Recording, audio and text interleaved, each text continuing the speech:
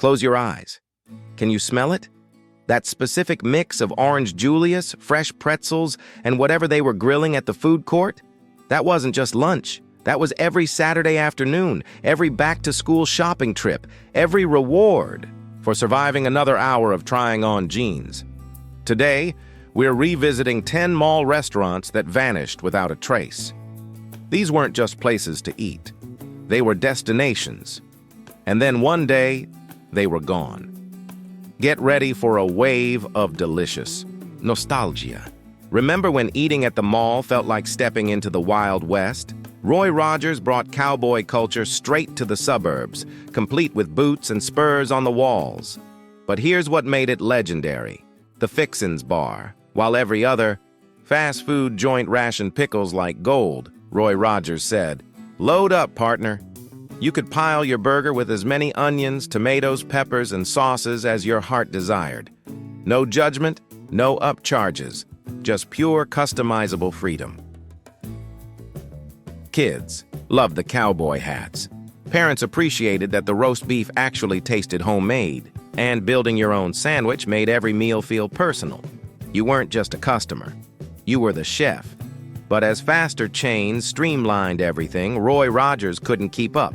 The last locations rode off into the sunset, taking that Fixins Bar with them. Still, if you were there, you know. Nothing compared to stacking a burger your way while Happy Trails played in the background. There are tastes you never forget. And then there's Orange Julius. You've been dragging through stores for hours, your feet hurt, you're close to a meltdown, and then you see it. That glowing orange sign. The sound of blenders whirring. That thick, frothy, impossible-to-describe drink. One sip, and suddenly the world made sense again. Orange Julius wasn't a smoothie or a milkshake. It existed somewhere between a creamsicle and a dream, with just enough fizz to make you wonder what magic they were working behind that counter. Nobody really knew what was in it. Nobody wanted to know. The mystery was part of the charm, and if you were smart, you paired it with a hot dog. Don't ask why. It just worked.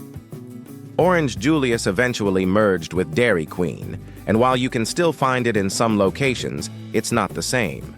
The standalone kiosks with gleaming orange decor are gone. That specific feeling of clutching an icy cup while the food court buzzed around you has faded. But for those who remember, just thinking about that first sip can transport you back.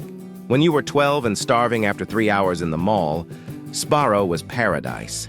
That massive display case, those enormous slices, the way the cheese stretched when they pulled your piece from the warmer, the smell of garlic and oregano thick enough to follow you 3 stores down.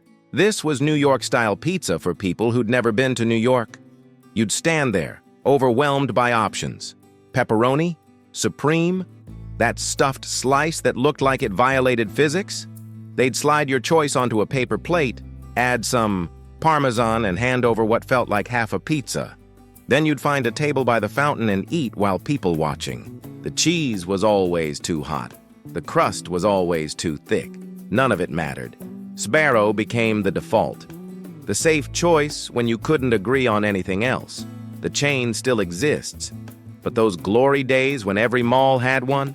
When? The line wrapped around the counter on Saturdays?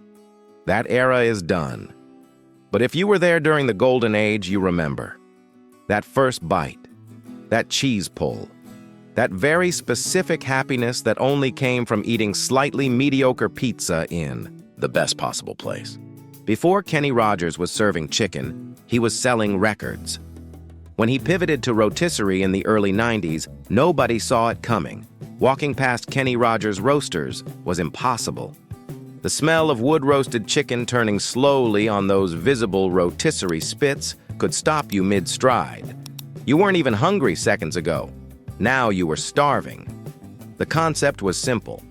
Actual roasted chicken, not fried, with real sides that felt home-cooked. Mashed potatoes. Cornbread that crumbled just right. This was comfort food that happened to be fast. There was something hypnotic about watching those chickens rotate, getting golden brown while you waited. And when your order came up, hot and packed into containers that somehow made everything taste better, you knew you'd made the right choice. Kenny Rogers roasters exploded across malls in the 90s, but competition heated up, and by the late 90s, most locations had closed. Though the brand lives on in Asia, in America, it's mostly a memory. A delicious, wood-roasted memory that hits you when you smell something similar and suddenly you're 12 again, wondering if you should have gotten extra cornbread. The smell hit you before you saw the store. Warm chocolate chip cookies, butter, brown sugar, vanilla. It was a tractor beam made of carbs, and resistance was futile. Mrs. Fields understood something fundamental. Cookies straight from the oven are emotional currency. They're comfort, reward, an edible hug when your day needs one. You'd watch them pull trays from the oven, those perfect circles studded with melting chocolate chips. Classic chocolate chip, white chocolate macadamia, or those triple chocolate. Ones that were basically brownies in disguise. They'd bag it up while still warm, sometimes adding an extra broken piece. Then you'd walk away, taking small bites to make it last. Watching that cookie disappear faster than you wanted. Mrs. Fields became mall royalty in the 80s and 90s.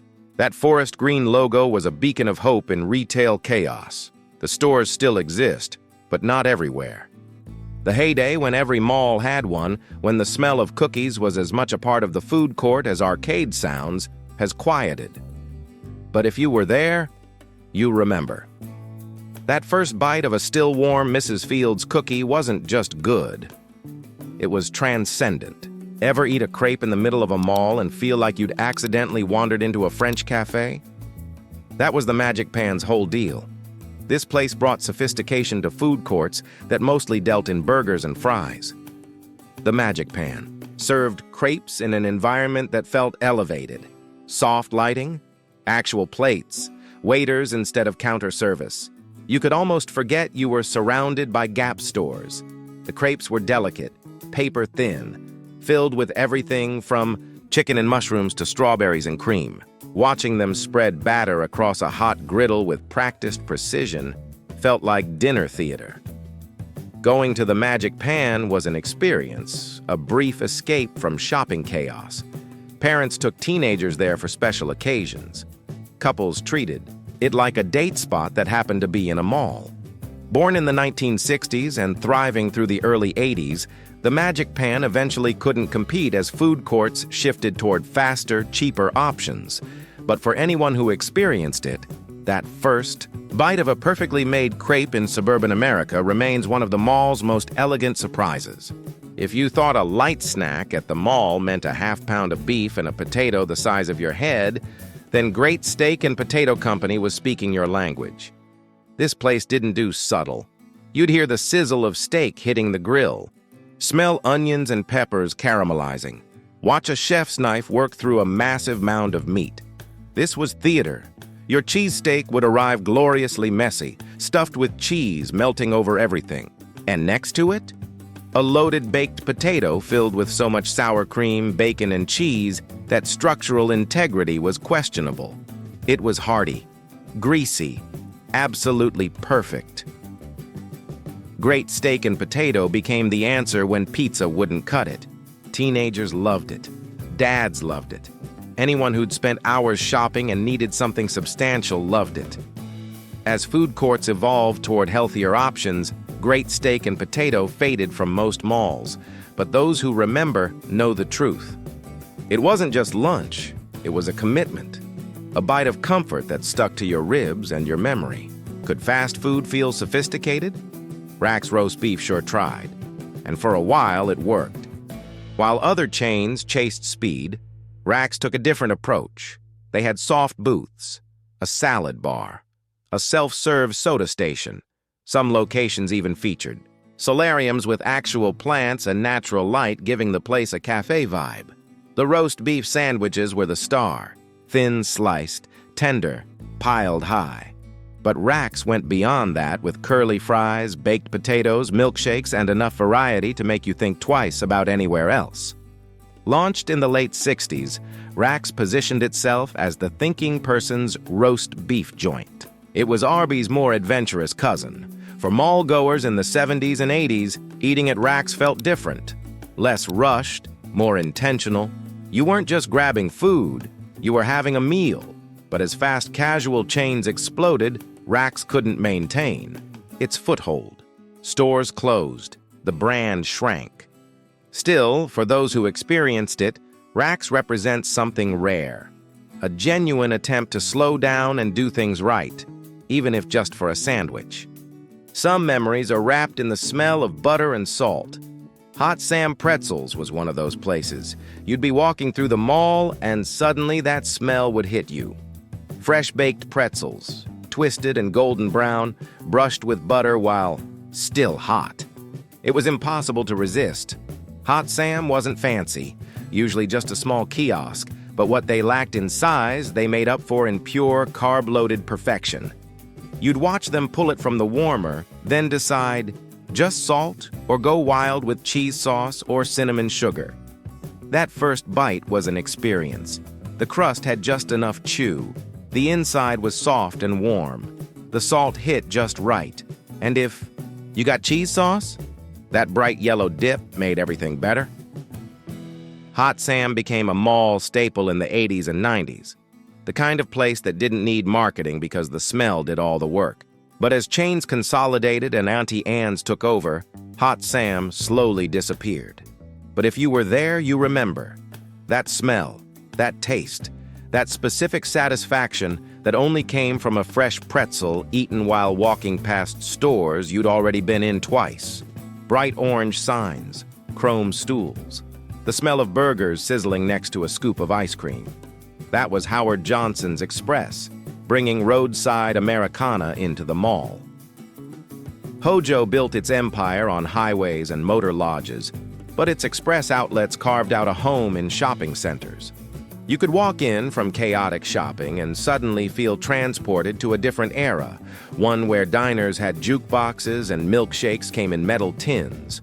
The food was straightforward comfort: fried clams, grilled cheese, hot dogs, banana splits. That could feed a family. Nothing fancy, but nothing needed to be.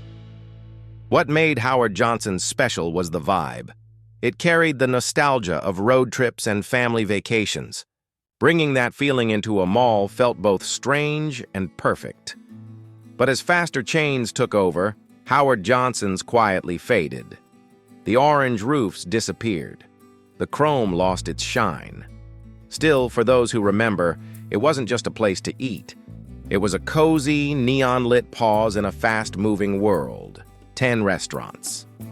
10 pieces of our past that vanished faster than we realized. These places weren't just about the food. They were about the moments, the feeling of being young and carefree with nowhere to be. The comfort of knowing exactly what you wanted and where to get it. Food courts have changed, malls have changed, but somewhere in the back of our minds, Roy Rogers is still grilling, Orange Julius is still blending, and a fresh pretzel is still calling your name. What was your spot? That one place you always had to stop? Drop it in the comments, because these places may be gone, but their taste, that stays forever.